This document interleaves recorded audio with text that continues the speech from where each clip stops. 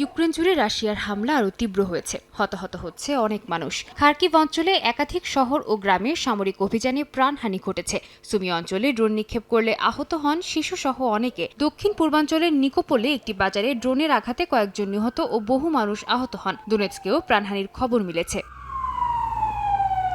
ইউক্রেনের দাবি, এক রাতে প্রায় ৩ শতাধিক ড্রোন ছুড়েছে রাশিয়া, যার বেশিরভাগই ভূপাতিত বা নিষ্ক্রিয় করা হয়েছে। তবে কিছু ড্রোন গুরুত্বপূর্ণ স্থাপনে আঘাত হেনেছে এবং বিভিন্ন স্থানে ধ্বংসাবশেষ পড়ে ক্ষয়ক্ষতি হয়েছে। জবাবে রাশিয়ার রোস্তভ অঞ্চলে হামলা চালায় ইউক্রেনীয় সেনারা, যেখানে হতাহত ও অগ্নিকাণ্ডের খবর পাওয়া গেছে।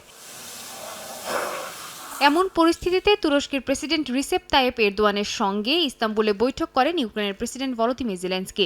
এরদোয়ান আবারও রাশিয়া ইউক্রেন সংলাপের আহ্বান জানান এবং কৃষ্ণ সাগরে নিরাপদ নৌ চলাচল ও জ্বালানি সরবরাহের নিরাপত্তার উপর গুরুত্ব দেন। একই সঙ্গে ইউক্রেনের সঙ্গে বাণিজ্য ও নিরাপত্তা সহযোগিতা বাড়ানোর কথাও তুলে ধরেন।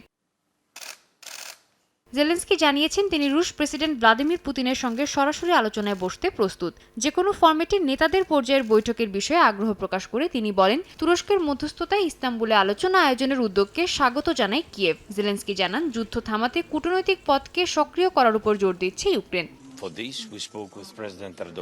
সাদিয়া তাসনিম, সময় সংবাদ।